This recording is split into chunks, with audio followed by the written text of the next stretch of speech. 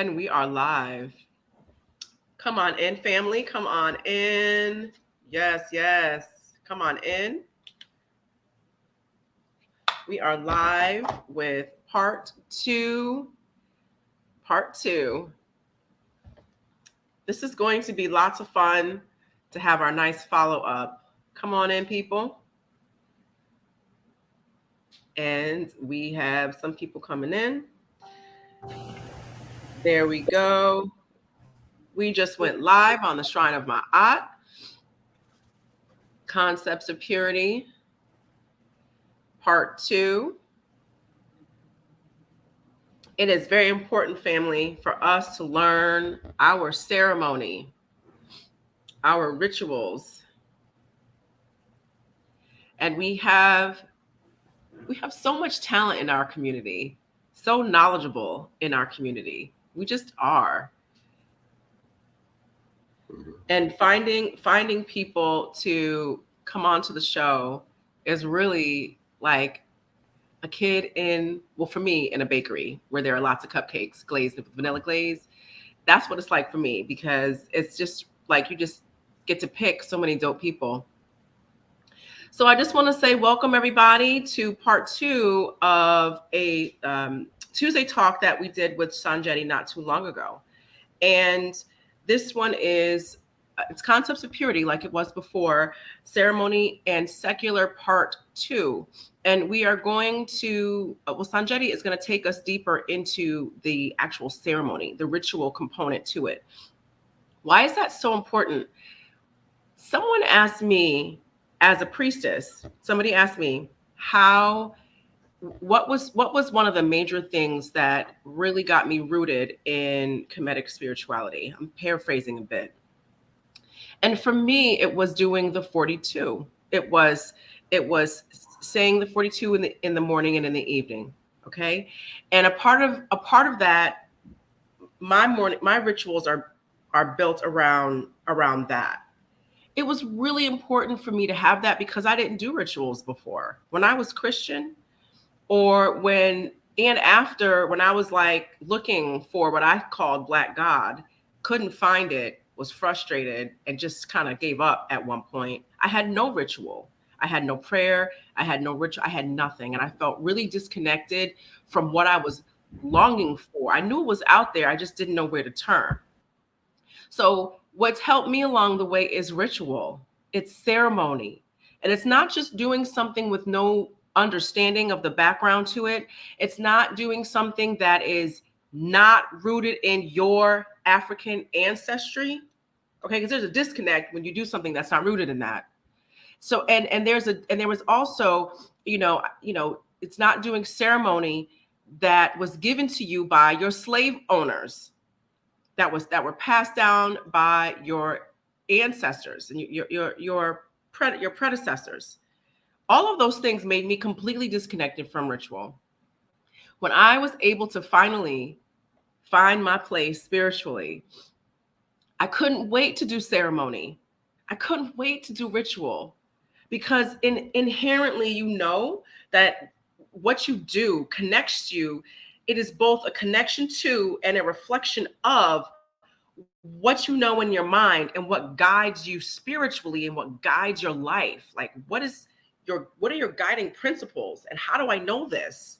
What you wear, what you say, what you eat, how you think, who your mate is, who you have children with, and the things you do ritually. So I just want to say that ritual is really very important. And Sonjedi knows a whole lot. Okay.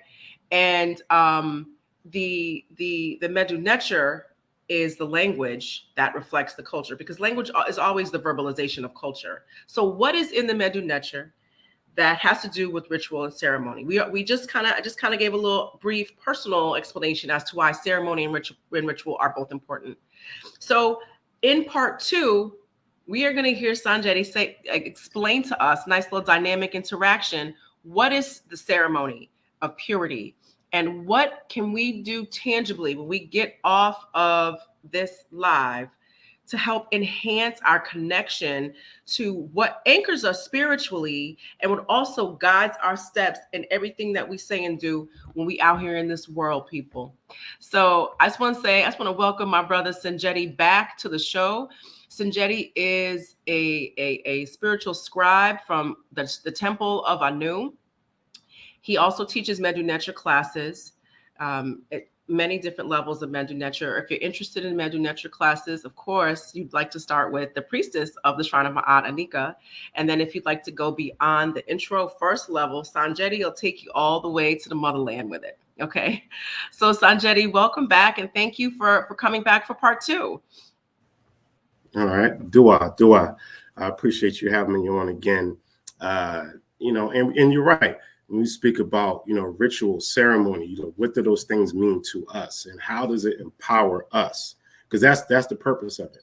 Repetition of something that is constructive strengthens the idea, the thrust behind the thing that drives that ritual, the thing that drives that ceremony. Of course, ceremony is more of a group dynamic. Ritual is more like private, if you will, where ceremony is more communal. But in all, communalism, is the mode of the day.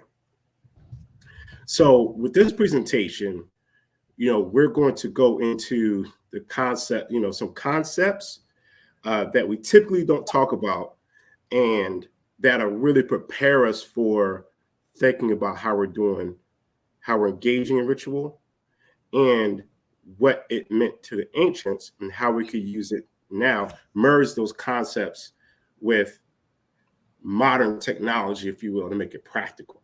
Mm-hmm.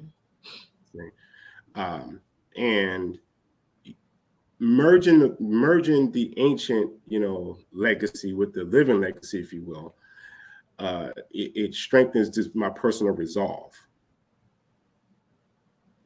So I'm trying not to give too much, from the presentation. So listen, we're going to jump right into it. So let's go and do a little share here. Hold on. So for those of you who have conversations with scholars, sometimes it's like a log jam trying to get all the information out their heads. And if you ever have a chance to have a conversation with Sonjedi, you're gonna get more than what you thought you was gonna get. Just and you know what? And that's why, as I put these presentations together, next thing you know, it's like, oh, wait a minute, that's too much. Not that the audience can't comprehend it, but you don't want to have too much on one plate. You know what I'm saying? To eat at one time. You want to be able to digest it, and then when the next meal comes, you digest a little bit more. Right. So some of us, those of us who are into the scholarship, we tend to, do those things as far as like going overboard. So I had to learn how to simmer it down some. So. You about to pull up your presentation right now? Yeah. I'm still learning the controls here. I just did it a long ago. So I have to pull that up. Okay. Now let's try it again. Because I'm used to doing a Zoom. So I think I got it. Chicago Mike G said, what type of diet do we need to be on to do these rituals? Sonjedi, if you can answer that in sync with your presentation, whenever the answer to that question comes up naturally, if you could just kind of make sure we get to that one. That could be I'll answer it, but then we can add that in part 3. So basically, we about to have a Sonjedi series, is what he's saying. I was like, okay, so we're going to talk about that in the presentation, so that's going to come up. That's for Chicago Mike G. Got you, brother. All right. Let me know when you can see the screen. That's right. It's like that. You see it, Sonjedi? I mean, I see the screen, but I just want to make sure that you and the audience can see it. They can see it. Okay. All right, audience. Welcome to Concepts of Purity, Ceremony and Secular Part 2. I am the scribe Sonjedi Ankh Ra of the Ara Nefer clan at the Temple of Anu. in which I am the Royal Scribe, the Session Sue, and a student of Dr. Sonjedi Ankh Ra, and I teach level 1 medical lecture for the Institute of Comedic Philology that is founded and headed by Dr. Sonjedi Ankh Ra. So here are today's objectives. 1, the view of cleanliness, continue. 2, the cleansing substance. 3, cleansing substance as ritualized purifier. 4, modern day cleansing. 5, merging modern cleansing with ritual and ceremony. So view of cleanliness, continue. This is what I want you to think about: pathogens and evil spirits. So here's a couple of sources you can go to. It is not limited to these 3 sources. First one, belief in evil spirits evolved as a way to control disease outbreaks. Next one, Demonology and Bacteriology in Medicine by Jonathan Wright. And then you have From Demons to Germs by Judith Blair. The quote of the second source there says, inextricably, I always have trouble with that word, bound up in the ills of the body among primitive men are the ills of the soul. It is all one and undifferentiated. So this is what I want you to think about. When you think about evil spirits, this is for you, Abu. And I want y'all to type this in the chat. Type this in the chat. All right. Do you typically see spirits or do you feel them? Sometimes people say, I've seen a spirit or apparition or ghost or ancestor, etc. But can you feel them? Can you see them? What is it? You asking me? Yes, and our audience. Can you feel them? Can you see them? I can feel them. Petty P, the artist, said both. Sanet Oye said she feels them. Ronald P says he feels them. Ankh Benu says depends. Black Ice feels them. Anjay Bryan, I would say feel. And Sen Lee says an awareness. And Kepra L says felt for the longest. Feel. So we're getting a lot of feels. Okay. So now, we have one neither. We have one that says neither. Okay. So can you be afflicted by an evil spirit physically? So when you say feel spirits, was it feel spirits in general or feel negative or feel evil spirits? I mean, well, the first one is a general question, but it's a setup for the next one. Okay. So we got we have a direction here. So now, can you be afflicted by evil spirits? Afflicted, meaning you feel multiple evil spirits all the time? Like, can you be afflicted? It's an open-ended question. Can you be afflicted? Can it show up in your body? I guess. I don't know. I've never really thought about it like that. So let's just say we're in the world 2,000 years ago, and someone gets what we identify as chickenpox out of nowhere. Right. Would that person be considered afflicted by an evil spirit? Probably, depending upon part of the world you're in. Yeah, I guess. I could see, yeah. I'll say yes. Okay, just in general. So if a person had suddenly a bunch of boils on their body, would 2,000 years ago, would that person be considered being attacked by a demon? Maybe. Probably. The evil spirit. Okay. All right. What do y'all think, chat? I'm not looking at the chat, but just to keep the... Yes, I see yes. Black Ice, yes. Darlene, yes. Okay. Petty P, the artist. Only if you let it, I guess. Yes, negative, yes. And no, Cortia says no. Okay. Most likely. Okay, let's just say... Now, check this out. Let's just say you contract a bacterial infection or some type of like not a ringworm, but some type of tapeworm, something that goes into your body, and it causes internal bleeding. and you don't know where it came from. It was microscopic. Maybe Right. you swam in a river that was unsanitary. Right. Right. And then suddenly you start bleeding out of your nose out of nowhere. You're getting Right. headaches, getting bumps. You know, you're bleeding out of your ears. And then who do you go to find out what's going on with you? 2,000 years ago, A typically. medicine woman, a medicine woman. Medicine man, medicine woman. Yeah. Okay. Mhm. Now, would a community in general consider? Wait, is this person being afflicted by evil spirits? Probably. I mean, in some regard, I don't think that that's so far off because the body is not in a state of ease. And if they Right. can't see the precursor to it, then I could see why they would think that it's a spirit, something that you can feel but not necessarily see.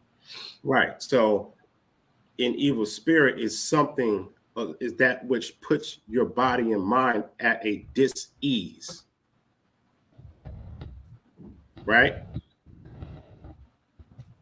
The presence of an evil spirit, does it put you at ease or not at ease? Not at ease. Not at ease. So in a state of dis-ease, be it mentally or physically, it could be trauma, etc. Right? Right. Okay. Let's see. Okay. So many of our ancient ancestors, when it came to physical ailments, it was very easy to attribute that to evil spirits. But here, essentially, pathogens, viruses, harmful bacteria. There are some bacteria, there's a lot of bacteria that you need, like bacteria in your gut, et cetera, that you need. Okay?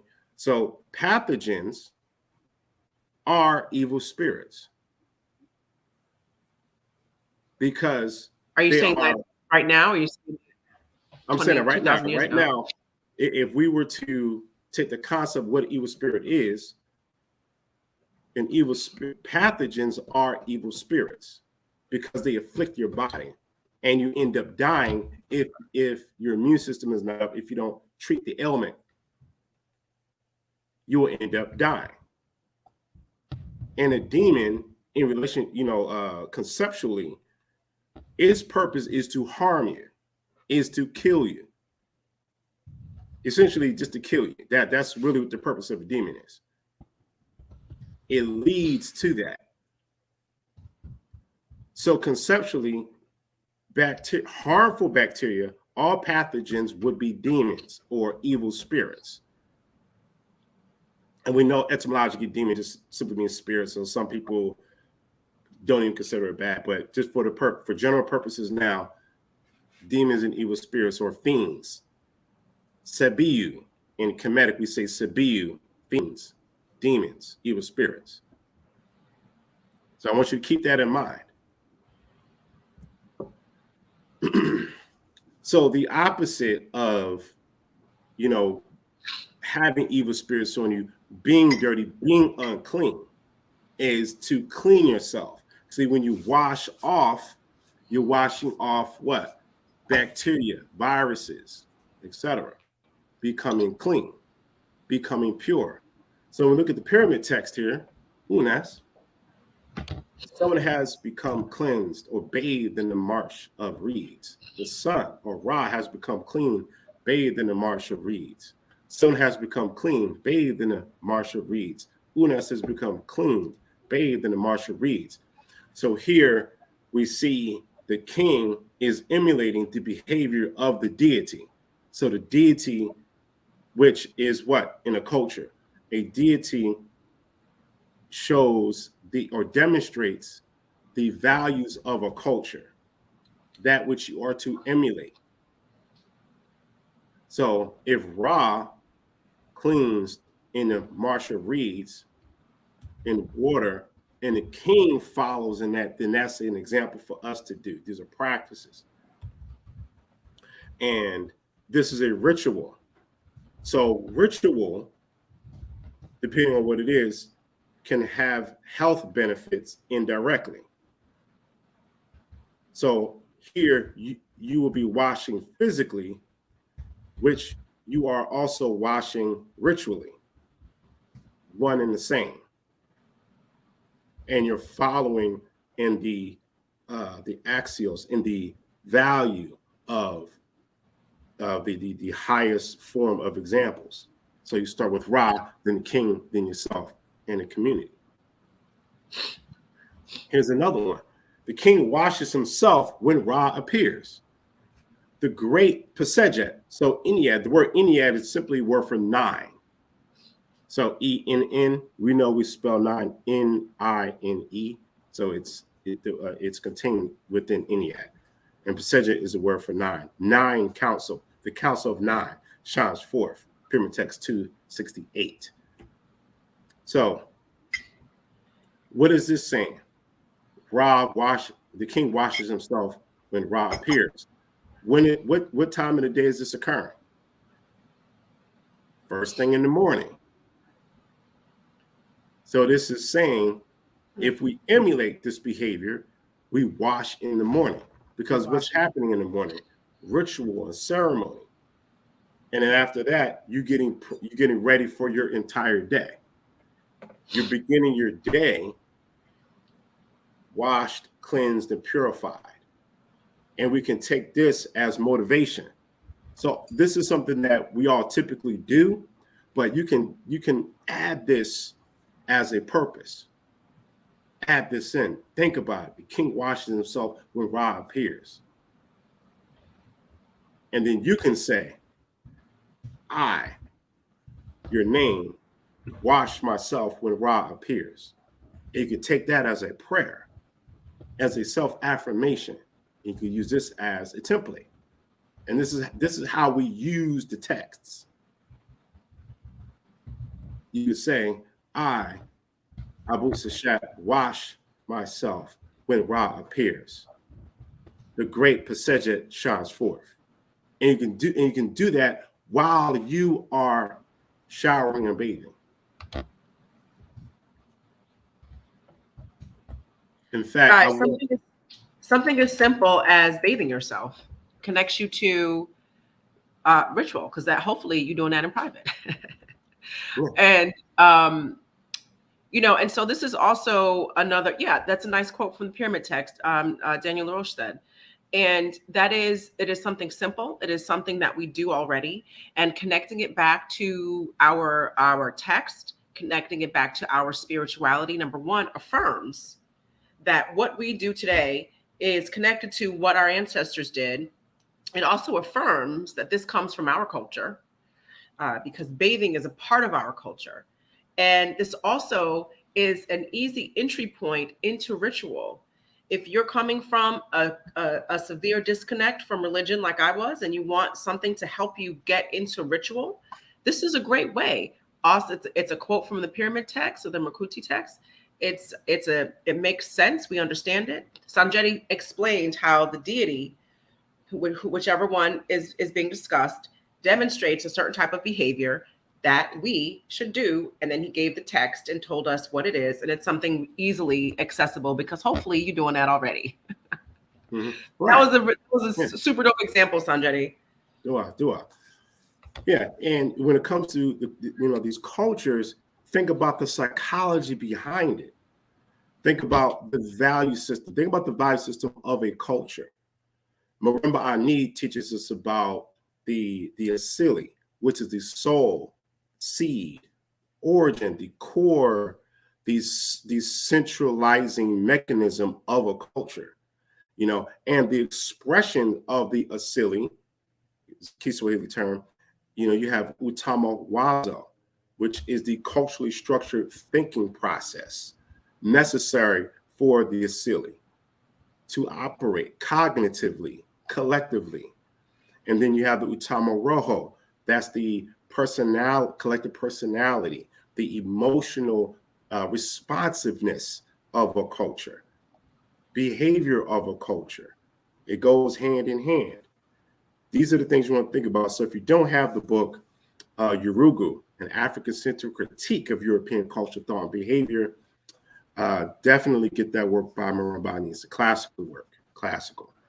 And it's a model and foundation for even how I look at culture.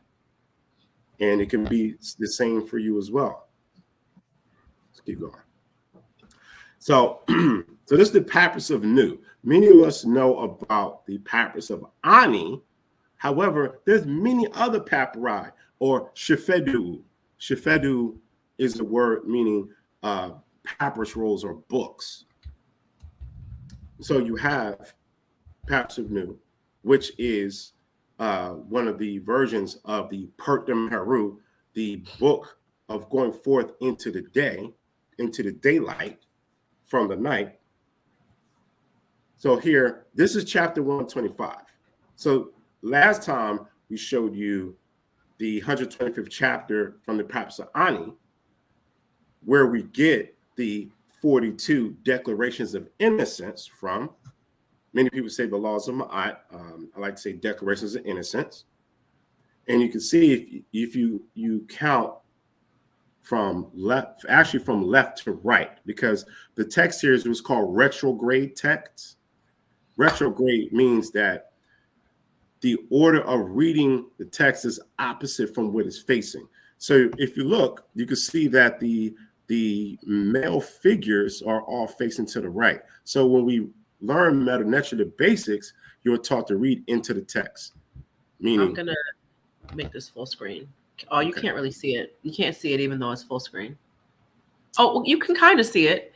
Do you guys? Yeah, you see, Sonjedi, do your cursor over. Yeah, can you do a line, a horizontal line, so they see where to look of the faces, so they can see the direction in which they should read? Your cursor was right there. Yeah, I'm looking at some of the features over here: highlighter, pen, laser point. Maybe I could do a pen. Okay. You can kind of see it. Senli can kind of see it. Can y'all see it? So I'm gonna start here, right there. So you begin. Actually, let me erase that because it's gonna look kind of weird. Well, that little red thing was good because it's right where. Oh, he took it away. But like, basically, you read into the face, and so that's why that's kind of a I'm little. gonna do an arrow. The reason why I erased it because I realized it was like a male body part, so I just stopped it. Okay. Thanks for clarity. All right. So you begin here. Okay. So this is how you typically would think you're going to read it. But when you become more advanced in reading meta nature, you'll come across these papyri that are retrograde. So yes, it's read from right to left. So R L. Oops. Here we go. Right to left. The text moves. Oh, I'm sorry. The facing right to left, but you're going to. But the order 1, 2, 3, 4. Okay, that's as far as I'm going to go. You go this way. So this is the Declaration of Innocence 1. So this one here would say nin or ni re isfet. Nin re isfet, which means not have I done disorder. That's what it says here. Oh, sorry. Okay. That's what it says here. Y'all, this is fire right here. I want y'all to know what y'all getting. I wasn't even expecting this.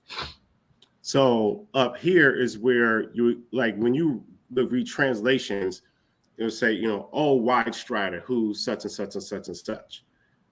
That's up here. And then when it says, I have not done something, all that is here. And there's 42 figures here. So if you go back and count, you'll see it's 42. And it starts back here. I have not done isfat, all the way such as so on and so forth. Okay. All right, we're good? We good. Okay. Now, in order for you to perform the Tepra or the 42, you have to go through a procedure of purification before you do. And then afterwards, then you can declare purification. keep in mind, this is the 125th chapter. There are almost 200 chapters that comprise the Pertim Haru. This is chapter 125. So what about, the first 124 and the last, 75 or so, 74? Let's go to this.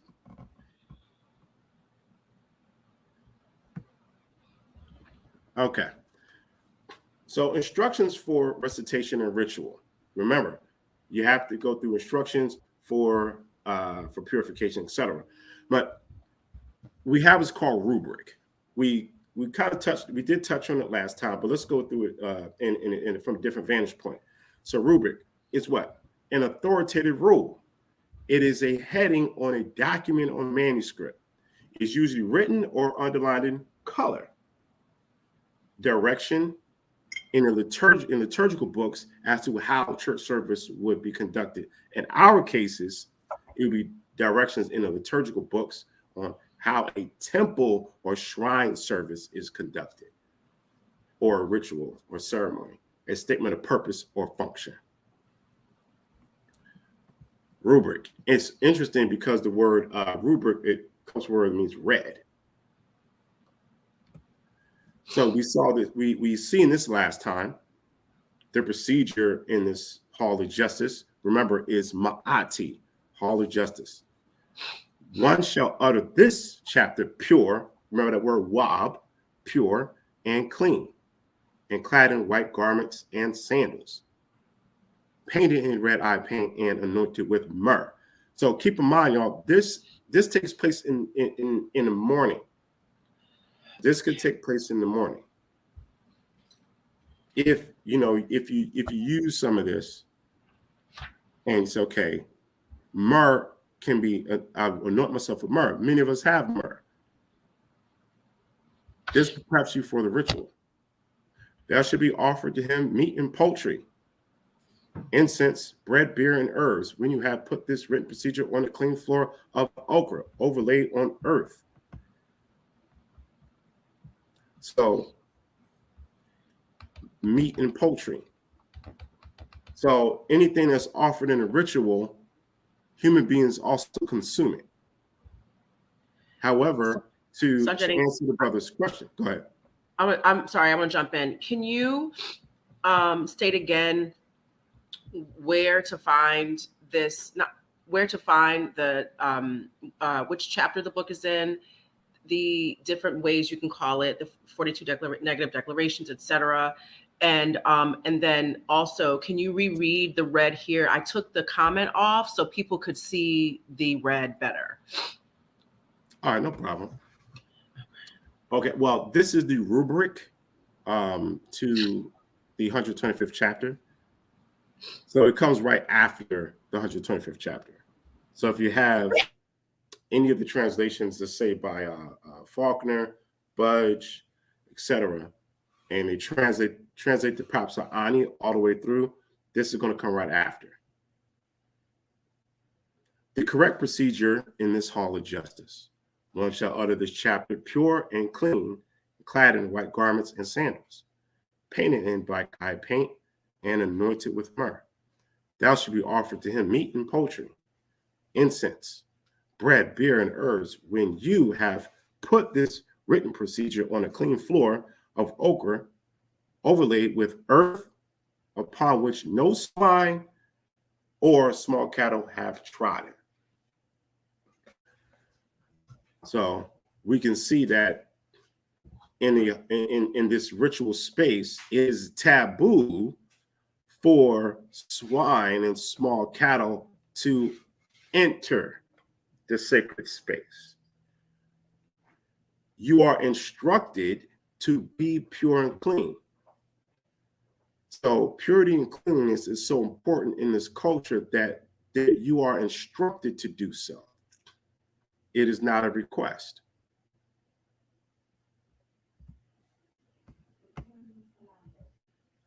So going back to that rubric, here's another section from the Practice of New. This is sheet 11 with the various chapters.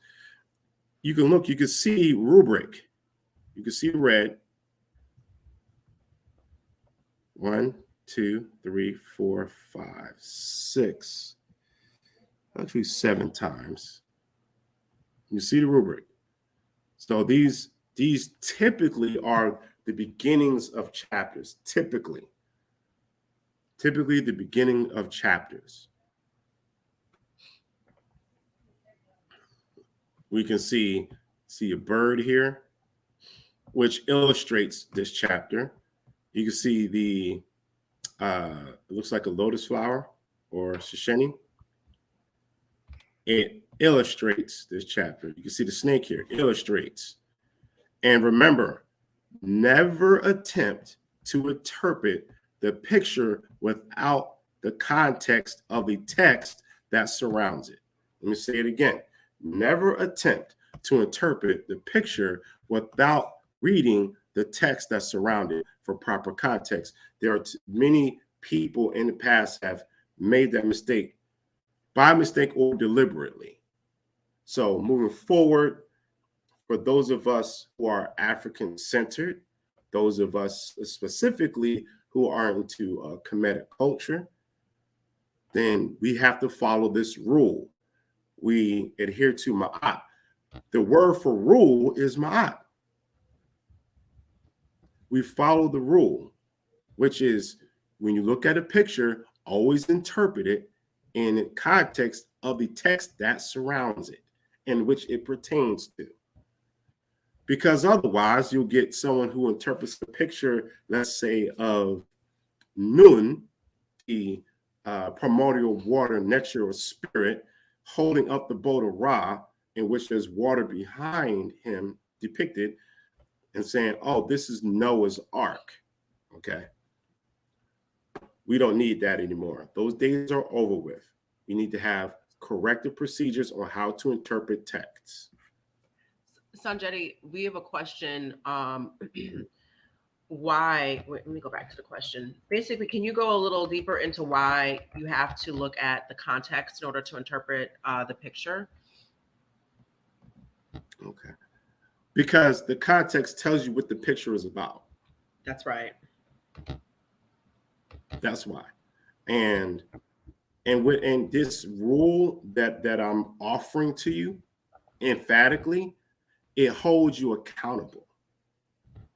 It holds you responsible, because too many times we want to have interpretations without responsibility of those interpretations, by saying I have a right to my opinion, but don't want to take responsibility on how that opinion affects others. So you have to learn how to read the text. There's no way around it. Learn how to read the text. Because one thing I will respect about adherence to Islam, Muslims, is that they are encouraged. It is required that they learn Arabic. They learn their Quran. There is no getting around it. You've never heard, I've never heard of an imam not knowing how to read his Quran or her Quran.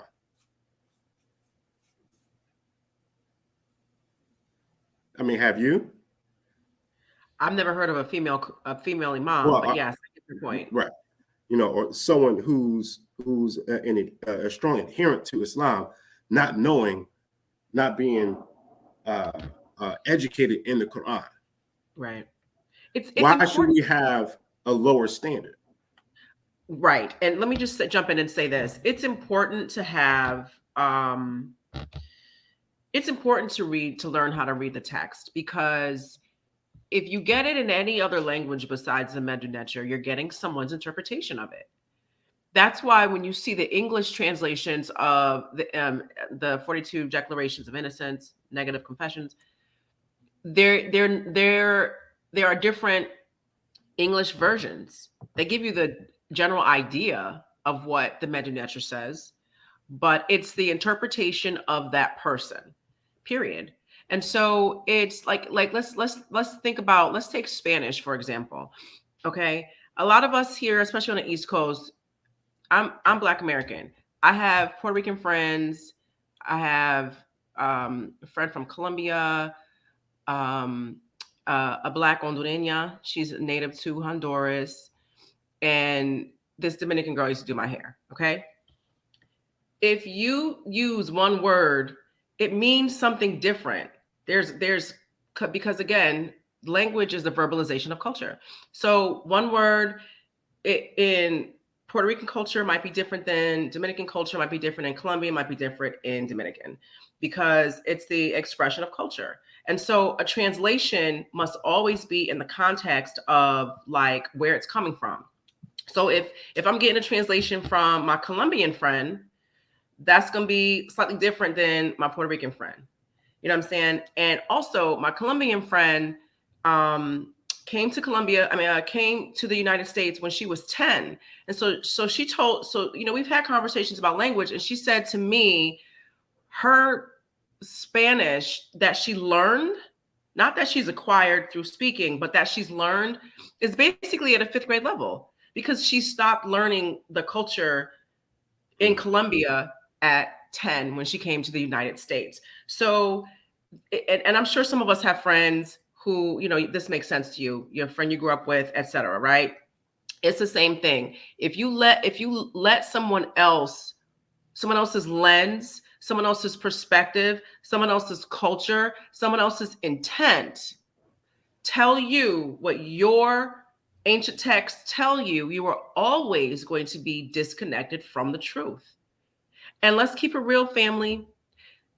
A lot of people who translate our texts do not have our best interest in heart. And I'm talking African people. They don't have our best interest in heart, whether it's conscious or subconscious. And even if they are leading with positive intent, their paradigm, which is their structural culture, is different, and also perspective. Everybody has a paradigm and everybody has perspective.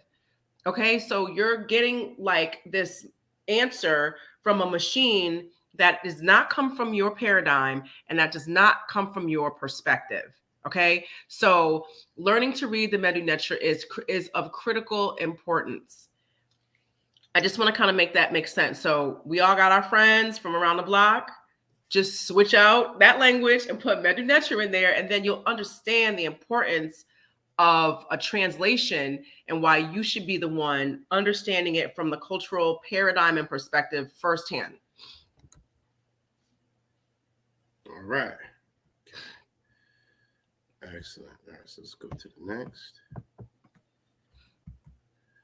So here, where we see cleanliness being associated with divinity. Now, you've all heard this statement, cleanliness is next to godliness. Usually that's attributed to the biblical text, but I'm finding that it's not. A few hundred years ago, it was a simple statement that a guy made. It still applies. However, paronymy occurs where you have words that have the same consonantal sequence, or that sound similar or the same, or spell similar or spelled the same, but have different meanings and have two different roots, etymological roots. But then the concept behind those words are merged into a single or unifying theme. So at the top, you see the word neter. We're all familiar with neter. Some of us say netter, some say neter, some say inter or inter, roll the R, etc. All of it's correct. We see neteret, divine eye, netri, as an adjective, or what we call a Nesby adjective. Netri, divine, sacred. Neter, as a collective noun per se. Godhood, there really could be neteru, really. Godhood, divinity. Neteru, sacred pole. We have sacred cord. We have neteret, the ads, which is the tool that's used in the opening of the mouth ritual. Netrit, natron, netru, incense, natron.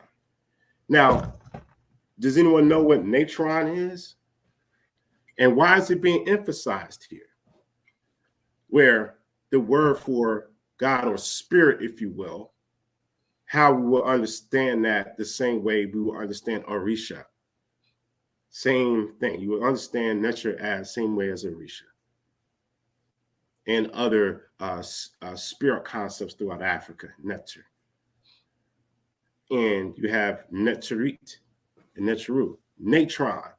In fact, the word natron in Greek, nitrum, and then it goes into Latin, is where you get the chemical formula for sodium, Na, natron.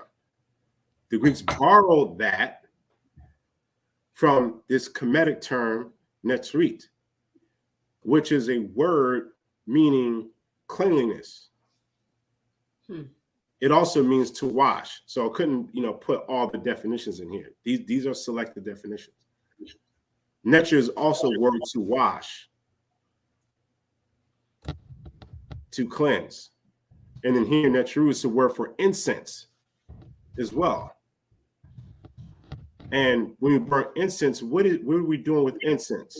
You're burning it. You're giving it as an offering.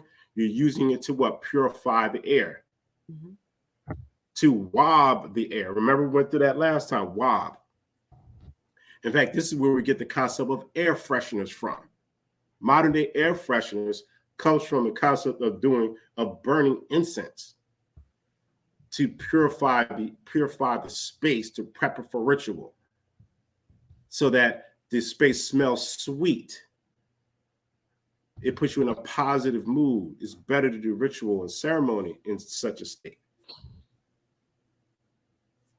Remember that the modern concept of air fresheners would come out of rituals of burning incense cones, etc.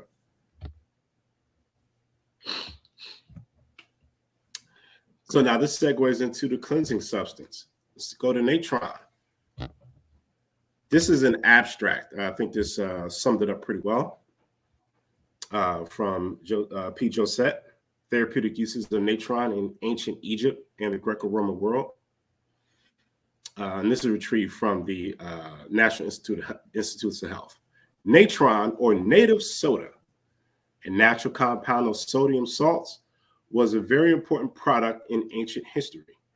It was produced in Egypt, Middle East, and Greece. Natron was used for medicine, cookery, agriculture, and glass making, and to dehydrate Egyptian mummies. The medical uses are known thanks to Egyptian Pharaonic, Greek, and Latin texts, which are rich of hundreds of recipes. Those treatments concerning almost every part of the body were essentially applied externally. They are often intended to treat dermatological pathology and electrolytic disorders, as well as lesions caused by fungi and parasites. The present knowledge of the pharmacological properties of the components of natron does not explain fully its place in ancient medicine. That's dope. Who knew that, y'all? Put in the chat if you knew that. You didn't know it. That's fire. Now, we are now for those of us who are are practitioners, you can purchase natron. Going in there, you can buy natron. Right? It is a naturally occurring sodium, a sodium compound.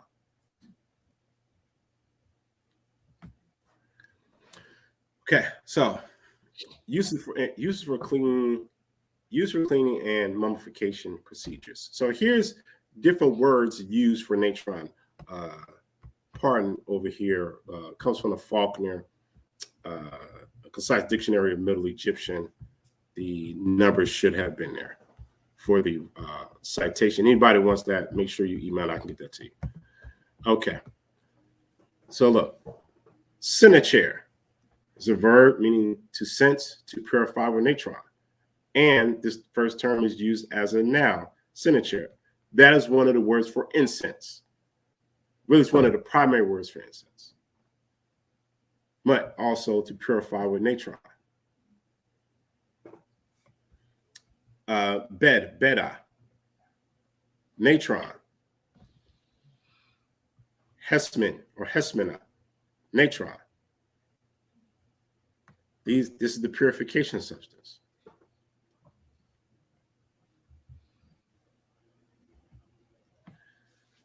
So to the left, you have natron, and to the right, you have baking soda. Here's what's interesting about this. So if you don't have natron, you can simply use baking soda, because baking soda is one of the compounds that comprise naturally occurring natron. In fact, in Kemet, there's what's called the Natron Valley, in which they will mine and get this substance. Take note to the left. So natron is sodium carbonate decahydrate. All right, what does all that mean? So let's do a little chemistry. So we know that the sodium, the Na, that's your sodium.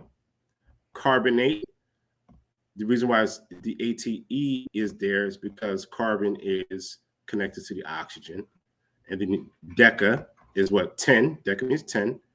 And then hydrate, decahydrate there. 10 H2O molecules. So now here, this is the base compound. But then you also have these others here. So this is sodium sulfate. Yeah, sodium sulfate here, because S is for sulfur, connected to an oxygen ions here. So that's one type of salt compound, sodium. Na, what's in NaCl? You already know this. What's this? Somebody put that in chat. What's NaCl?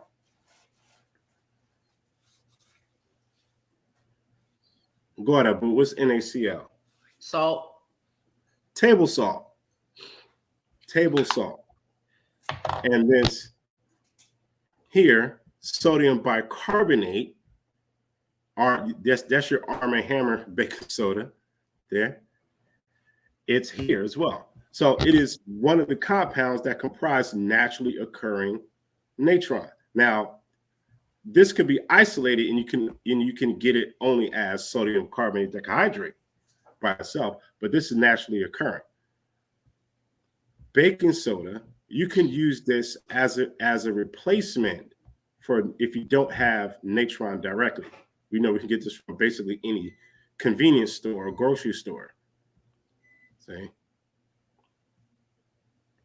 So by usage, on your altar, you can have a bowl and you put baking soda and or natron in a white bowl, if you will, and you can put that on your altar to represent purity. And you already do it because you take baking soda and put it in your refrigerator to do what? To keep the air fresh, correct? And so you can keep the space or air fresh around your altars by having bowls of baking soda on your altars. And you will be adhering to practices from ancient Kemet by making it practical. Because what? It purifies the air. Why does it do it? Because it neutralizes, let's say, acidic, anything that's in the air that's acidic, if you will, or dangerously acidic. See, acidic is not actually bad. It just depends on if it's too much. I know many of us get into pH, and we demonize, acidic foods, etc. But you need acidic foods. You just don't need too much of it. Right. But you don't need too much alkaline either. Right. Balance. Yeah, because you have pH, because technically pH is what the power of hydrogen, but alkaline is OH. So that's, never getting into chemistry. All right, so you can use baking soda in place of natron as a practice. What else can we use baking soda for? And or natron? You can wash your clothes with it. You can wash dishes with it. What else? You can cook with it. Many things you can do, just like people did, our ancestors did with natron. Cleansing substance as ritualized purifier. So let's get into some wordplay. Let's have a little fun. So this from the Pyramid Text. Pyramid Text 200. Hail to you, or in Nazareth, incense. In Nazareth, hail to you, brother of the Netcher. This is wordplay, because remember before we said the word for incense is senacher. But see, when men talk with each other, we say, Hotep Sen, brother. So the word for brother is senu, seni. Brother of the Netcher, Sen Netcher, or Seni Netcher. So you can see the wordplay here, and this is in the Pyramid Text. So it would sound like something like in Nazareth, Senacher, in Nazareth, Senacher. So it may sound the same, but it means differently.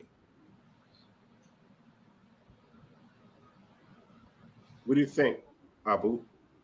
I think it's dope. I think like the more you learn about some of the practices of our ancient ancestors, you can see the continuity of what it is that we do today. This could be like a battle rap, right? Like you use the same word, it sounds the same, but in different contexts, it means something different. So it's the same. It's the same thing when you read the Medu Neter, and sometimes you might read it in different directions. And I just think that lends to more evidence that we are the children of this. This is our culture. You know, no other culture, you know, has this type of expression in the present day, and we see why, because we have it embedded within us. So I love it when I can see something that we do today, and we see that our ancestors are doing that before. Mm-hmm. Yeah. So, you know, just as we see here, there's this idea of cleanliness is next to godliness, if you will, but it's Right. already embedded in the culture. That's right. Especially in the what we might call a religious text, the oldest complete one in the world, and we have it here. How you see see when you're the brother of the Netcher, you're right next to the Netcher, and what puts you right next to the Netcher is the incense, is the cleansing agent that puts you next to the Netcher in this particular case. And that idea, it plays out in the paronymy, the conceptualized connections, the creativity expressed by the scribes. The offering ritual. This one says this.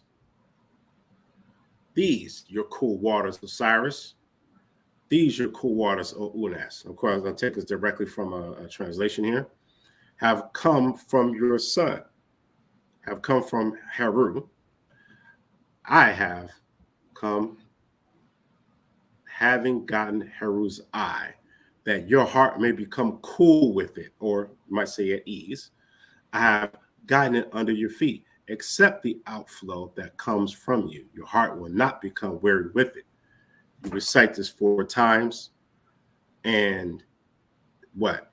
And you eat 2 pellets of natron. So the natron, again, is the cleansing agent that you're putting in your mouth. So just like you can take baking soda and water and whoosh it through your mouth and help cleanse your mouth. Of course, we brush as well. Here's another. This one is called cleansing the mouth. So Asar Unas, gather yourself with water that is in it. 2 bowls of water. Asar Unas, accept Heru's eye, which cleaned the mouth. 2 bowls of cleaning natron. Asar Unas. except her whose eye, gather it in your mouth. The mouth-washing meal. Loaf of bread, jug of beer. So you can see here, you're cleaning your mouth before you consume food. Or before that food is offered, you're offering cleaning agents. Water, first one is what? Water, 2 bowls of water, and then 2 bowls of natron.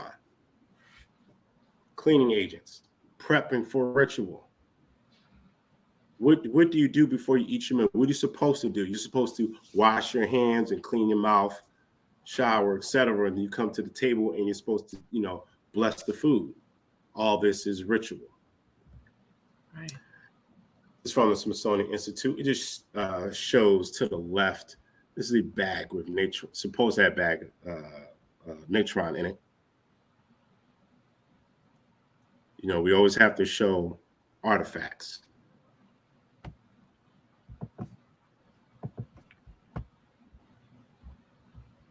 All right, so modern cleansing. So we have different types of cleaning. So now let's talk about today. So we see these words around antiseptic.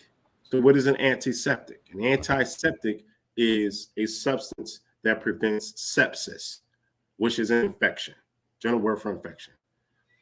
Well, in a healthcare hospital setting, when you hear the word sepsis, typically that means that there's an infection that enters into the bloodstream, and then it can go all throughout your body, become systemic, which is bad. So antiseptic substance would be like the alcohols, those sprays and wipes that we get, or those gels that we're now getting from stores. Right, those are antiseptics, or those 4-cornered wipes that you take out the little packet and you wipe small surfaces with. Those are antiseptics. You want to get 60 to 70% isopropyl alcohol. 60 to 70% isopropyl alcohol. So if you go to the store and you need to get alcohol or sprays to keep in your car, or the small little bottles, you want 60 to 70 is the better, but 60 to 70%. If it's below 60, don't waste your money. You definitely want to go for 70, typically. Sanitizing. What is that? What does that mean? Sanitizing simply means like just removing dirt. It's not removing bacteria. So I can say have a hard object and I can take like a wet towel and just wipe it off. That's sanitizing, but that's not antiseptic. That's not disinfecting. That's simply removing some surface dirt. We're going to emphasize virucide. So a virucide chemical kills viruses, as you can probably figure that out. Now, what's important about some like a disinfectant wipe, you have to pay attention to what's called dry time. Dry time is the time that the chemical needs to be fully effective. For example, most disinfectants needs at least 2 minutes dry time. So you don't want to wipe the surface, say, of your countertop, and then immediately after, now you're taking a paper towel, wiping that off. You didn't give time for the product to work. Or if you have like bleach wipes typically take about 4 minutes. Write that down. Most disinfectants, like a regular disinfectant like Lysol, needs at least 2 minutes dry time. That's very important. A bleach wipe requires at least 4 minutes dry time. So you wipe and then leave it. Because remember, this concept of wabbing, this concept of cleansing, and even the presence of the pathogens, which you may consider what? Evil spirits, if you will. You're removing those things. You're killing them off. And you want to be effective. So when we're wabbing our homes, we're purifying our homes, we want to remove the dirt, remove impurities, and be effective in it. Next one, bactericide. What is that? That's a substance that kills bacteria. That next one should say fungicide. It has a D there. It should say fungicide, so kills fungus. You don't want fungus, getting athlete's foot and things like that. So you need fungicides. You want to how do you kill a multi-junk resistant bacteria? Because remember, with the evolution of bacteria, there's some that get through the cracks and resist drugs that are meant to, of course, kill them off. You want to be able to kill bloodborne pathogens, especially in the hospital setting. Somebody is bleeding, and then it gets on the counter, and then you unknowingly touch it, and then you touch your face, and you start scratching, gets into your eyes, etc., and say getting infection. You don't want MRSA. This is a type of staphylococcus. Ooh. You don't want that. You don't want mycobacterium. These things, it gets real nasty. So here, we're just emphasizing a virus side. I'm not going to go through all of them, but you want something that can kill all these things. Avian, that's a word meaning bird. That's what you might call the bird flu. Herpes, HIV, hepatitis C virus. That's a virus that affects your liver, because HEPA means liver, making your liver inflamed, or get swollen up. You don't want that. H1N1, you've all heard of those things. Of course, SARS coronavirus 2 as well.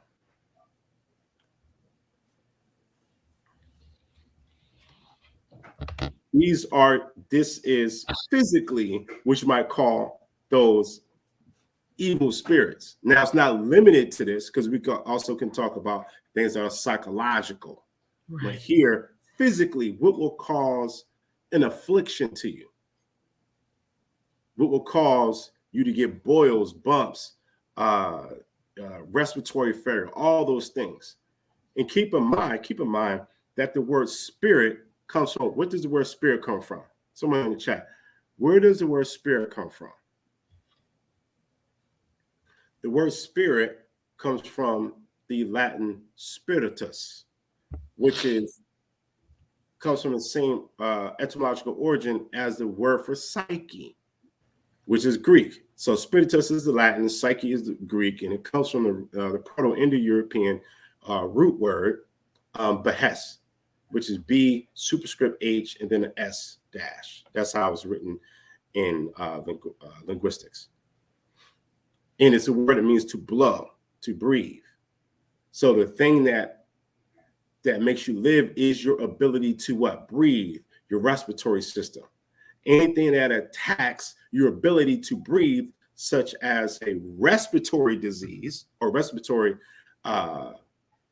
pathogen like SARS coronavirus 2, and attacks your respiratory system, it's attacking your ability to breathe, it's attacking your ability to have spirit.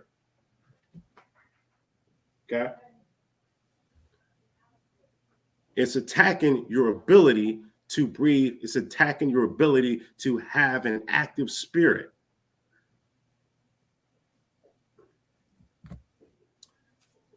Now, let's think about your home, your living space, because your living space is your sacred space. Let's say it again. Your living space is your sacred space. And the reason why we remove shoes right before you come into the front door, before you go through the threshold, or right on the inside beginning part of your doorway, you remove it there because you don't want to track what is Abu? What do you don't want to bring into your house? Outside has a lot of stuff, such as animal fecal little morsels. And living in Connecticut, living where I live, I mean, you name an animal that lives outside, it lives where I live. And just because it's not a big clump of doo-doo, it doesn't mean that it's not spread out and it gets into your shoe. There's that. Living in the Northeast, Connecticut, New York City, when it snows, there's sand, there's snow, salt, and then it just becomes this like soupy mess. You don't want any of that. You don't want mud in your house. You don't want, that's just what we know. The outside is nasty, and I don't want it inside. So think about this. The inside of your doorway where you leave our shoes. Now, our cultural practice, we remove the shoes at the door. At the door. Right. So there's an advantage that comes with that, because you're avoiding bringing what into the house. You're not tracking all those things in your house. Or I should say you're minimizing it. But how much bacteria and all other kind of stuff is at the door? Think about that. How much of that is just sitting on the welcome mat? So gross. On the outside and the inside where you take your shoes off. Right. How often do we clean that area? See, I want y'all to, everyone to think about that. So when I started working at the current job at the current hospital, and especially once COVID hit, I started to spray with a strong disinfectant the front entryway. I wiped down my shoes, my sneakers. In fact, and everyone else's as well, top and bottom. We get more into that. So here's the things that you track on the bottom of your shoes. Staphylococcus aureus, which is staph.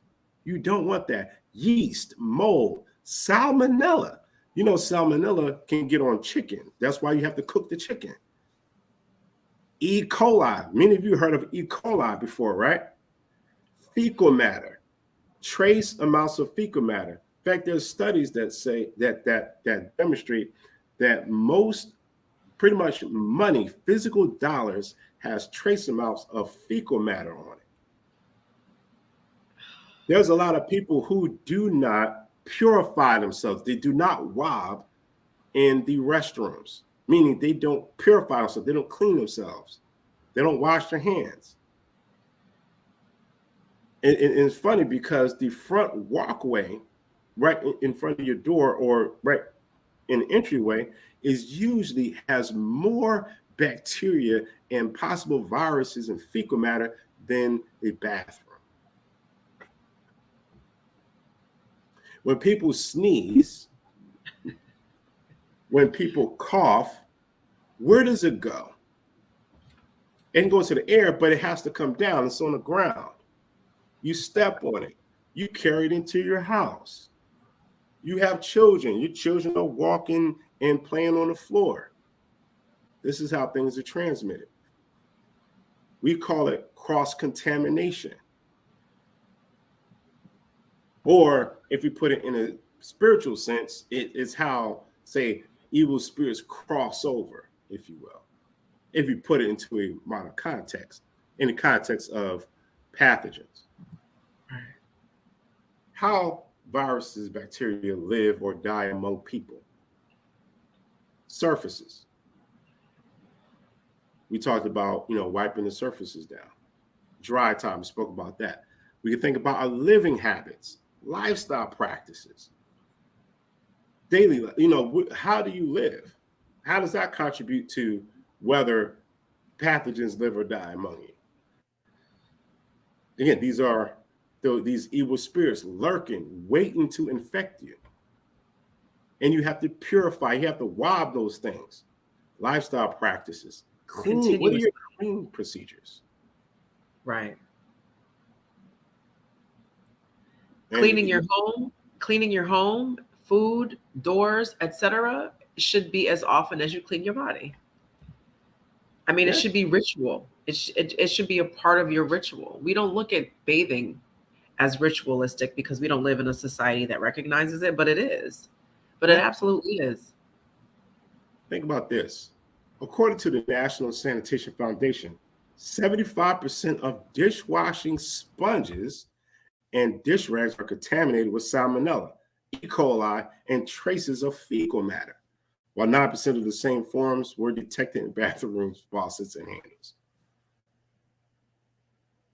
Accordingly, microbiologist Jason Tetro, microbiologist and the author of The Germ Files, definitely recommend that.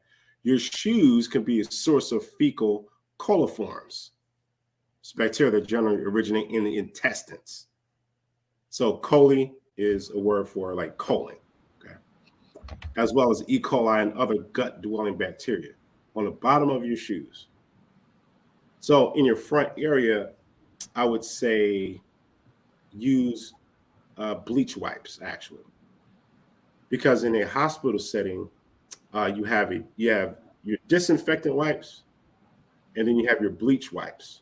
Both of them disinfectant, but the bleach is for fecal matter, because some of the disinfectants, regular disinfectants, will not kill E. coli and other components of fecal matter, but the bleach will. So for your front area, recommend using bleach wipes. And you can use bleach wipes on the bottom of the shoes. Depending on the material of your shoes, I haven't experienced any staining, or your shoes suddenly turning white, but use regular disinfectant wipes on the tops of shoes. But the bottom, I would use bleach wipes. Get rid of fecal matter coming into your home. And the front area mat, and let's say 3 to 4 square feet in front of your doorway on the inside. That's the process of you wabbing. Living in the Northeast, when there's a snowstorm and you walk in and it's just, you can see it. You see it. No matter where you stop, you see it. You got to disrobe. I be trying to take my shoes off as close to the door as possible. You got your hat on, your scarf. You can barely see the big coat. It's crazy. And you see it. It's so bad, like in the winter through the spring and stuff, because you see it. I'm not saying that not seeing it means that it's not there, but when you see it, you're just like, oh, I don't know how other people feel about it. But I'd be like, oh my God, there's got to be a better way than this. But anyway, I digress. Continue, please. All right. So let's get into merging modern cleansing with ritual and ceremony. Just a couple of tidbits here. So remember, we went through this before. So a priest wore papyrus or palm leaf sandals made so that they could be slipped on from the front or the rear. Egyptian priests removed their shoes out of respect for their gods. It was also the custom to remove sandals in the presence of superior rank. Shoes are worn outside the house, but never in the home. So, this is a continuation of the practice. Here we can see primary document, sandal carrier here, and this depicts more of a ritual, if you will, from Narmer. It's the Narmer palette. Wabbing the home. Tips for physical wabbing of the living space. Use disinfectant wipes on countertops. We spoke about that. Faucets, handles, doorknobs. Look at this, keys. A lot of us don't clean our keys. When's the last time you washed your keys?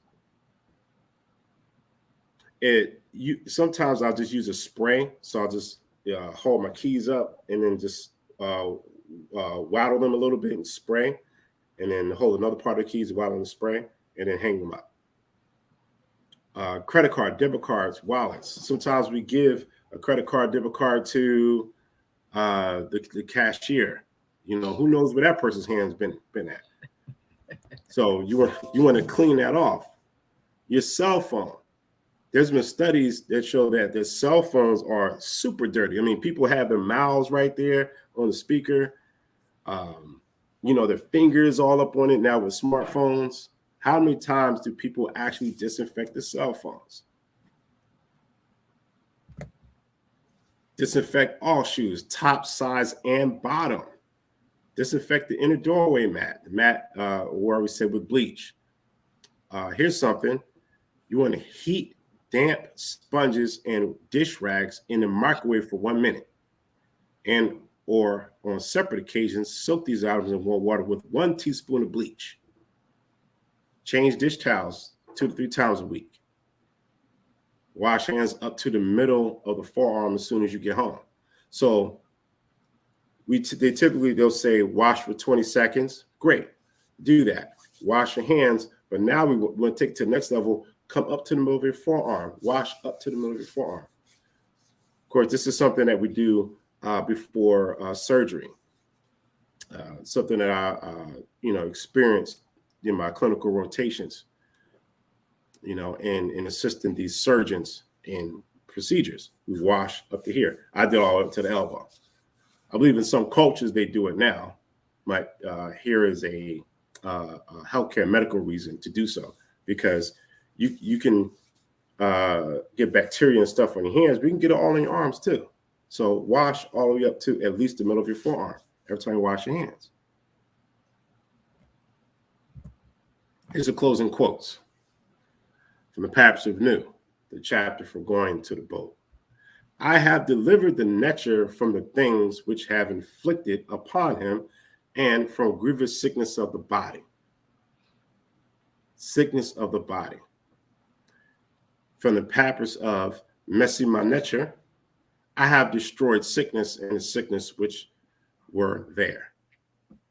Paps of Ani and the Paps of Nepsini, chapter 17. Here begins the praises and glorifications chapter. It is the eye of Ra when it is sick and when it weeps for the fellow eye. Then Jehuti stands up to heal it. So you can see that healing is coming after the sickness. It is complete.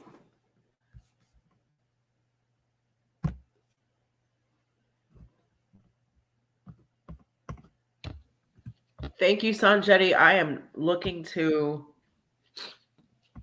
take this off of full screen. Okay, hold on. Sorry, guys. Remove solo. Oops, sorry, I made it bigger. Hold on. No, exit solo. Oh, wait, exit full screen. Okay. Oh, turn my camera back on. Okay. God, yes. Viridescent channeled guidance. Wow, Sonjedi. This information was amazing. I was just getting ready to say, were y'all expecting that? I wasn't even expecting that. That was super dope. Like, seriously. He showed us original text to show our ancient ancestors were doing this back then. Okay. And connected it to modern practices. Connected it to what it is that we should be doing today.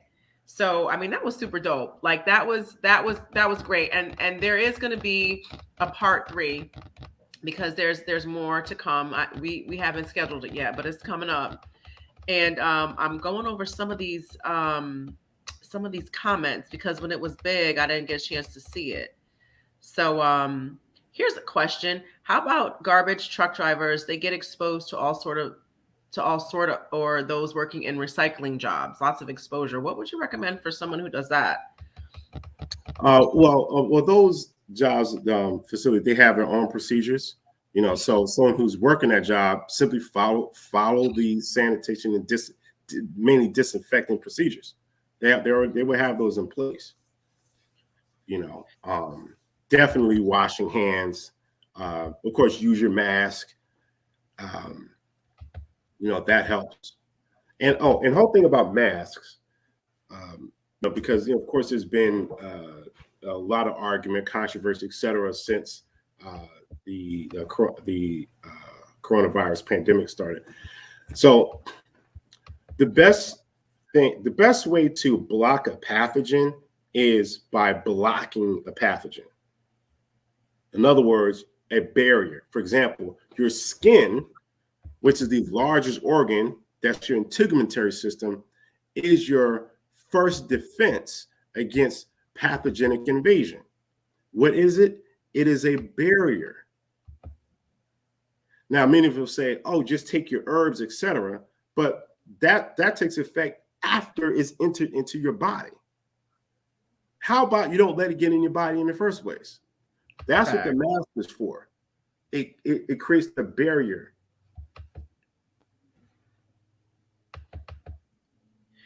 Is there a So natural, I'm sorry, go ahead. no, go ahead, go ahead. Is there a natural disinfectant that we can create? Um, Natron. So Yeah. natron, baking soda. These are natural cleansers. However, there's a lot of bacteria and things out there that are really strong. I would recommend using the chemicals because let's say if you use water, let's say you use water mixed with say baking soda, water mixed with natron, and you wipe the counter with it. The water it dilutes, and it may not kill everything. I would use the chemicals. For example, if you look on the back of say like a Lysol spray, the active ingredients, it's like alkyl something. It's a very long chemical name. Uh, in fact, read the next question. I'm going to grab one real quick. I'm going to show y'all something. M. Jewel said, please ask about using Cresso. I don't know what Cresso is. It says Cresso, then like 4 dots. Is that the whole word? So, Is there another description? I'm not. nah. M. Jewel, you got to give us some more. Give us a little bit more. Oh, here we go. So, what you want to look for, and this is all I really want to share with y'all. So in the pandemic, especially through the first wave, and people were going to the stores, just buying all the toilet paper and things like that, and they started buying all the disinfectants up from the popular stores, grocery stores, Acme, Walmart, etc. I realized, okay, let me just get smarter with this. So as far as disinfectants, I focused on ingredients, not the brand. So whenever you're out there shopping for disinfectants, focus on the chemistry, not the brand. So because the store doesn't have Lysol, it's really irrelevant. You want to look for ingredients that has ammonium chloride. So it's going different compounds in which ammonium chloride is a part of it. Those are your key words, ammonium chloride. When you see that like multiple times, that's the type you want to get. So I started going to Home Depot and other stores, even secondhand stores. All I focused on was the chemistry. That's the only thing that matters. Now, of course, there was someone asking, can we make a natural disinfectant? If you want to, if you have that time. I know me, Right. I don't. I wouldn't play with that. I would go get me I wouldn't something. play with that because some of these things, like staphylococcus, you don't want to play around with that. Yeah, you ain't playing with that. That'll ruin your life. Period. Some of this stuff ain't playing. Yeah, and It's one and done. let's also say this. Remember, viruses and all these things, these afflict you and can affect your body. Now, many of us are not for vaccines. However, there are some vaccines that will save your life. Okay, and again, I'm not playing around with this. So let's say you're walking and you step on a rusty nail, and it has like this certain bacteria. It escapes my mind right now, but it's an infection that you can't take a herb for. You can't even take an allopathic medicine for it at the doctor. It infects it goes after your nervous system, and it eats away at your spinal cord, and then you end up like this on the ground, and it's nasty. And the only way you can actually fight it is with a vaccine. There's Yeah. there's things out there you don't want, and there's some things that once you get it, you can pray if you want, but all right, So it gets serious. I want to say this. Mm-hmm. This Sonjedi is not giving medical advice. Nope. Anything I post is not giving medical advice. The Boots to Shot is not giving medical advice. The Shrine of Ma'at is not giving medical advice. We are having a conversation, and these are people's decisions and opinions based upon what they know. So let me just say that. The second thing is naturopathic is good for prevention of some illnesses, especially illnesses that come out of a Western culture in the United States. Okay, a lot of stuff we can avoid. Eat healthy, exercise, get your sun, vitamin D, drink lots of water, herbs, all of that. And I do that, and I do that. But there's some things you need medicine for. And I remember African people, we were the first doctors, we were the first surgeons, we created the first vaccines. Okay, I'm not telling you to get the vaccine. I'm not telling you not to. I'm just telling you we did it first. That's all I'm saying. Okay, that's what I'm saying. And there's sometimes the way that I see it. This is me. This is my own personal opinion that has nothing to do with the Shrine of Ma'at or Sonjedi. That your lifestyle, hopefully, is going to prevent a lot of common ailments that we have living in a Western society in the United States. Because Western societies outside of the United States are not as bad as Western society, cultural and food and health, et cetera, as the United States. It's just really bad over here because everything is commercialized, including the food that you put in your mouth. That's basic stuff to live, right?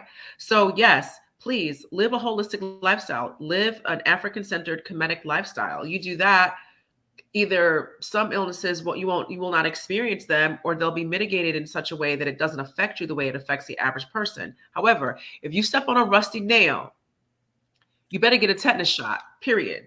Beforehand. Right. You better go do something that's conventional. If you get bit by one of these crazy little animals in New York City, you better go get some kind of shot. Or you can do a ritual all you want to, but that's not going to help it. So the way I see it, I'm sorry, I got to put this in. Or you could do a ritual with it. Or do a ritual with it. Mm-hmm. Okay. I don't know. I have allergies, you guys. I'm sorry. I'm in the middle of saying something. Anyway, my point is, let's use balance with what it is and how we treat our bodies. Okay. Yes, I think we should be cautious. Yes, we should educate ourselves, but let's be, let's have balance. And the way I see it is certain elements of modern medicine are for immediate, acute type of ailments that cannot be fixed with herbs. That's more of a lifestyle. That's over time. That is something that mitigates lifestyle choices as opposed to acute, immediate, emergent type of ailments. Okay. So maybe we should do a Tuesday talk on that, and we can have medical doctors on, and we can have herbalists and stuff like that. There is significant common ground, people. Let's Dr. LaRoche is telling me to take Claritin-D for my allergies. Thank you. But for me, with the allergies in the house, I just like to take a shower, let the steam clear my nasal passages, drink some tea. For that, I'm gonna just suffer in the house because I like to take as minimal meds or whatever as possible. But if I'm out in the public, I can't be sneezing on people, being nasty like Sonjedi just explained, all my stuff out in the air, on the floor. I can't be doing all of that. So anyway, so I just wanted to most certainly and unapologetically give a disclaimer to cover the Shrine of Ma'at, Sonjedi, Abut Sashat, and the Temple of Anu, because he's from the Temple of Anu. We just saying stuff that we ain't nobody over here doctors, okay? All right. And then also, I think we should have a Tuesday talk and have a little panel and have some discussions on some stuff. I got to run that by Nick and Jabari first, though. Anywho, let's get back to what we were saying with Sonjedi. If you could give that other person who asked that question about, it was, we asked him to give more information. He said about diet. Can you explain about Audubon and that other thing? Hold on. I'm sorry, guys. I'm going back. When I asked him to give more information and he didn't have it. Do you remember the word? Are you talking about the disinfectant Audubon? I guess. That's a comment that I'm reading. Do you know what that is, Sanjani? I mean, it's a freshener, a disinfectant. It's a liquid. You can find it at Home Depot. I've seen it there. What's your opinion on that? It's good. Use it. Yeah. I hope that answered your question. Right. Oh man, somebody asked the question. But follow the instructions on the label. There you go. Follow the instructions on the label. Right, everything isn't all bad. I do think we should just do everything in my quite frankly. I'm really trying to find that other oh, here it is, Creso. Kreso. He said that's the name of it. Do you know what that is? No, I guess we could look at a floor wash. Okay. I don't know. I don't Deodorant know. cleanser. Okay. He Follow the says yes. instructions on the label. Yeah, just follow the instructions. And I'm going and to be fully safe, if you're using like strong cleaners, you know, you can put a mask on to block some of the fumes.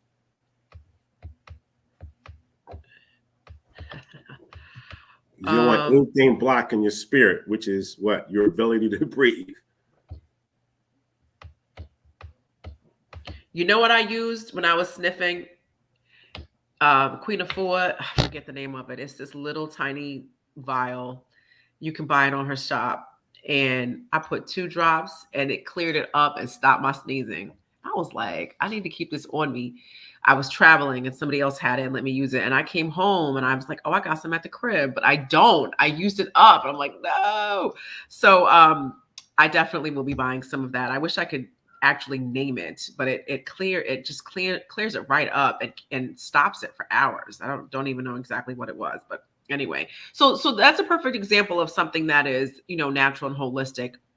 Clearing your nasal passages. You can also do neti pots, which I don't do anymore. Yeah, but again, you step on a nail, go get a shot. Go do it fast. Yeah. A raccoon bites you, go get it. Go do that. If you're having an asthma attack, use an inhaler. Luckily, knock on wood, I've been pretty healthy and haven't had to have, like medicine as a part of my life a whole lot. I do have asthma, but I only use it when I need it. And I never used it when they said to do it every 4 hours. I ain't need it every 4 hours. So I only used it when I needed it. Okay. So it looks like we should probably just have a Tuesday talk on that. I can bring Sonjedi back and a couple other people. Dr. LaRoche is giving advice, as he often does on Tuesday talks. I see that. Maybe we can have him on. I don't know. Anyway, I'm gonna turn the mic back over to you so we can wrap up. We're coming up on an hour and 40 minutes, and we still have everybody in here. So everybody loves this. We're gonna have Sonjedi back, y'all. All right. I remember someone asked someone about diet. Yeah, even in the Pertham Haru, I think from the practice of Messam Netcher and even in Nepsini, definitely Messam Netcher, where it's giving instructions like if someone is going through the ritual, someone who is not eating fish, meat, or had sexual intercourse, that's actually in that text.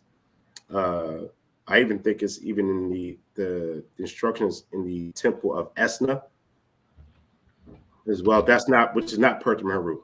So there's a few different sources, but that diet restriction is for either when you're about to do a ritual or while you're on your priestly duties. So it's not a like everyday lifestyle like veganism. Now we're only talking about Kemet. Now, if you choose to be vegan or vegetarian, that is something different. But when we talk about primary documentation and in ancient Kemet, the restricted diet is mainly for when you're on your priestly duties, right, for a prescribed number of days. So when we go to the Esna text, it would say 3 days, 9 days, etc., ahead of doing your duties. And then we've seen some taboos already from the rubric and the Pertham Haru Papsa'ani. And also when you think about what people call a Kemetic diet, the guide, I'm gonna give you a guide. look at the offering rituals. We look on the walls and even the text, it tells you what they were eating. So in Kemet, they eat oxen leg, which is a type of beef, okay, or a bovine, if you will. They ate quail, which is bird, duck. They ate those things, as well as plenty of vegetables, onions, etc. Uh,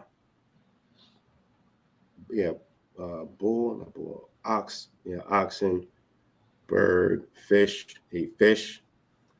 So anything that's given an offering is also eaten. Bread, they eat plenty of bread, etc. So Here. as a staple, they're not vegetarian. Okay, that's not in the primary doc. What's in the primary documentation? You see beef, you see birds, you see fish, you see bread. That's there. Wines. In fact, in the pyramid text, listen, they had a whole buffet of different types of wines. There's so many different types of wines that they can't even translate what it is. Like, you know, okay, well, this wine and this wine, we know it's a wine, but it's a type. Like today, we might say Cristal. We might say, what's the other type of wines we got out there? Red wines, white wines. We have beers, liquors, hard liquors. Someone said, I feel like that's a misconception. I'm not sure what's being referred to there. You feel like what's a misconception? Oh, viridescent channeled guidance. What do you feel like is a misconception? Can you put that in the chat?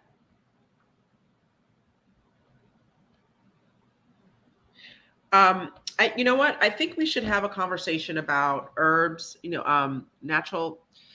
naturalistic, naturopathic ways, and also modern medicine, and also veganism versus eating everything. Or, what do our ancient ancestors tell us that we can eat?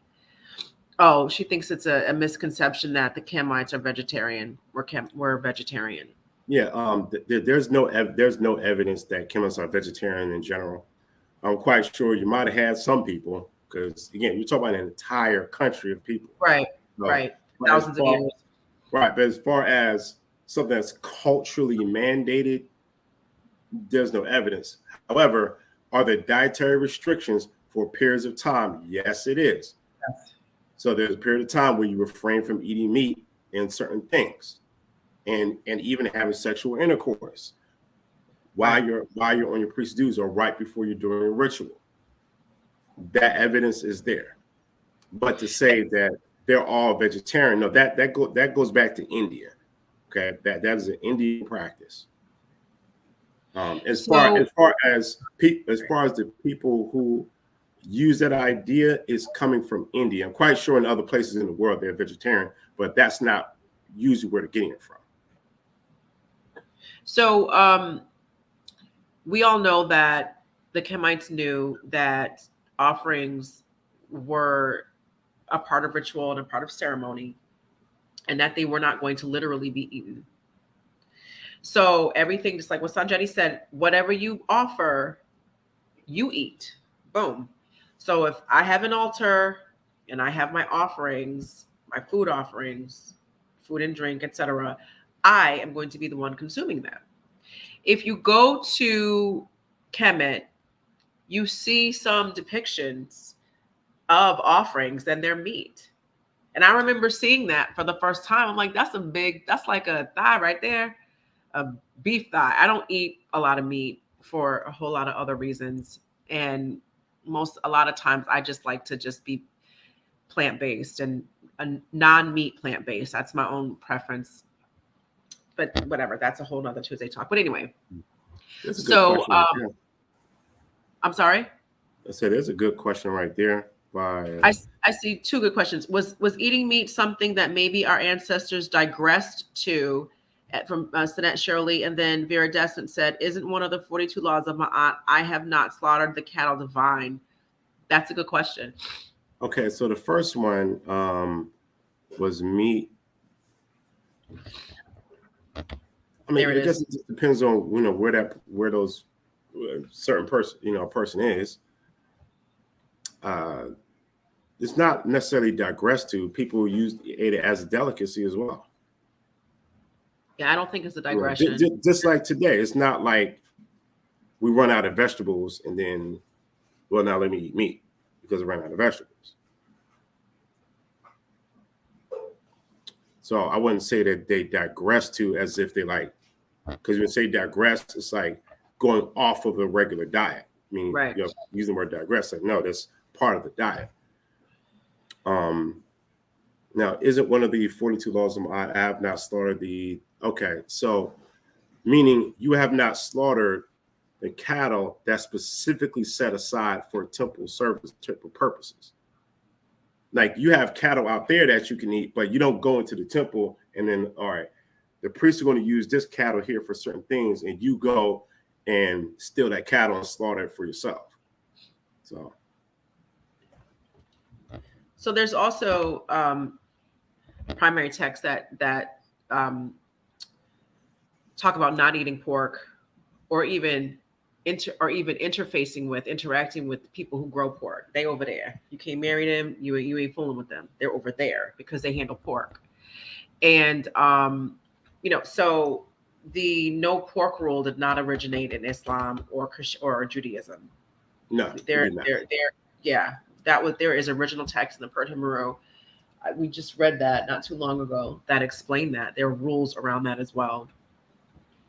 I believe it was Herodotus who observed a native Kemetic man where a hog had ran into him, and he was so like distraught by this, he ran into the river, just jumped in there to clean himself.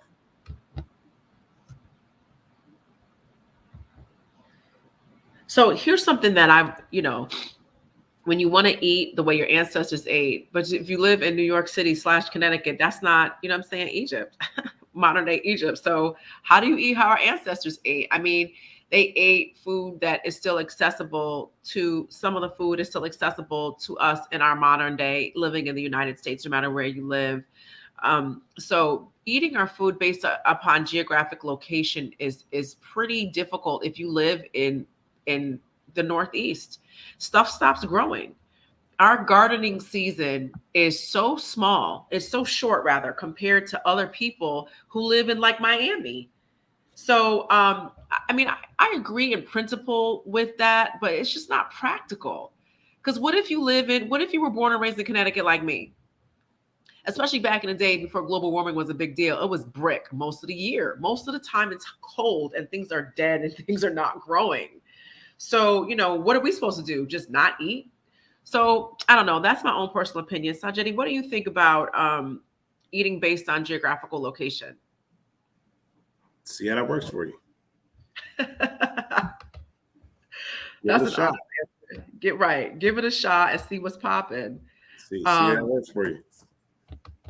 Nothing in excess. I think I got a lot of the questions. Behudet Ma'at said, there's even some Hindus, some Hindu yogis who eat meat as part of their tradition, according to the book Living with the Himalayan Masters. And then also, you'd be hard pressed to find any African society who has a history of not eating meat. I agree with that. Agreed. All right, Hotep Behudet. So I see Ankh Benu in there. Shout out to Hanitsu. The sacred animal of, let's see. So maybe we should have a whole nother one about what to eat, because now all the questions have shifted to what's to eat. I'm going to wrap it up. I see we still heavy with everybody in here. I appreciate y'all hanging forth. Sonjedi, what is your Cash App? We need to hit up the Cash App to support the brother for all of his knowledge, because it took time and money. Yeah, so Cash App. I'm gonna send it to you here. You gonna text me? I'm sent to here in the private chat. Oh, okay. Word. Yeah. Oh, that's easy. Yeah.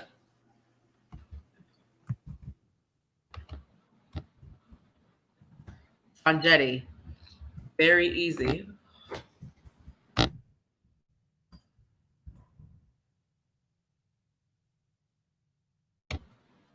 What I will say that I don't consume is dairy, because dairy makes me sneeze and itch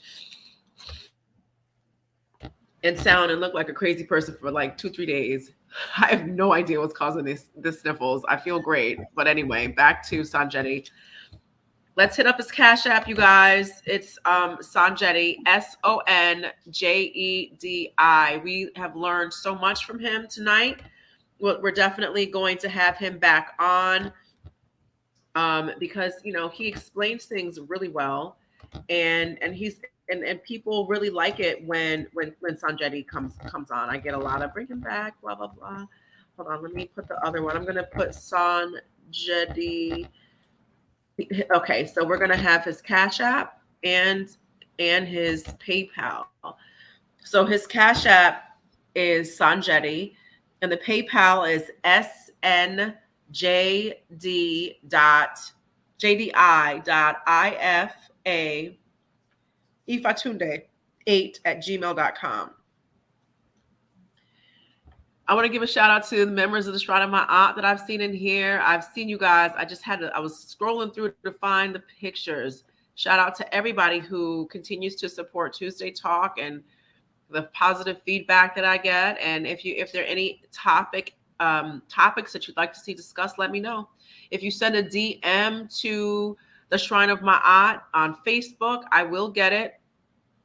My email is abootsashot at shrineofmyaunt.org, shrineofmyaunt.org. I'm super easy to get a hold of on social media. Okay, so thank you for all of your support. And today, Sonjedi broke it down like only a master can. He gave us primary texts.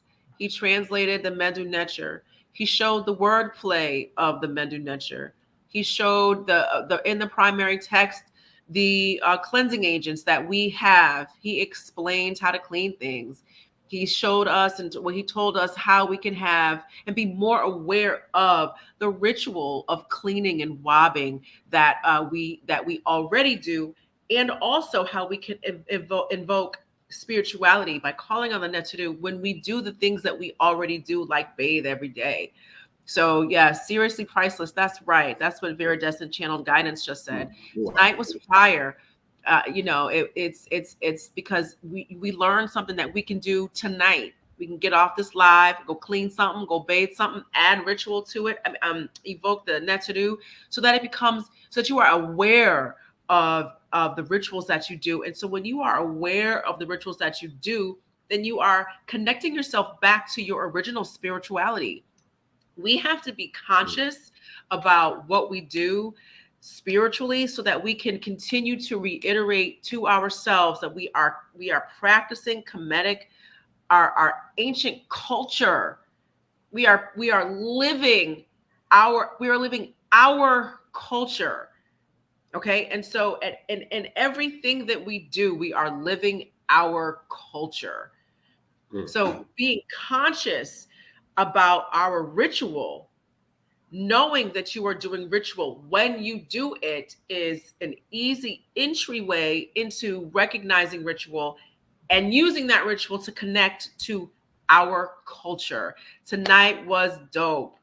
Yes, Gloria Lesane, knowledge is definitely power. Ashe. Absolutely.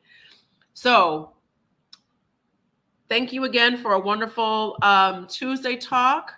And if you need any information on contacting Sonjedi, any way to hit him up on Cash App or PayPal, or you want to reach out to me, you can DM the Shrine of My Aunt and I will get it. Just tell me what you need and I'll get back to you. Okay. Thank you so much. Sonjedi, do you have any parting words? Ritual is power, power in ritual. African people, we do power, we do ritual. And ritual, what it does is it makes you an agent, a primary entity in the mechanisms in the cycles of life. When you do ritual, this is where you're deliberately taking part in the wheel of living, rather than just you're just being taken along life, and you have no say so. Ritual gives you your say so. Mm. Ritual gives you your say so. That's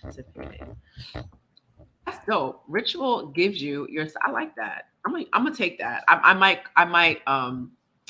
cite you. I might not. Copyright. I might just want to sound dope. I got a C with a circle. A C with. Do you really? Is it copywritten? I'm gonna use it. I'm gonna just use it first, then I'll be like Sonjedi said it. I'm gonna throw that in at the end. Anyway, it's been great, you guys. You know where to find me. You know how to find me. You know how to find Sonjedi. Thank you so much for being a part of Tuesday Talk, and we will see you soon. Shema Ma'at, go forth and balance. All right.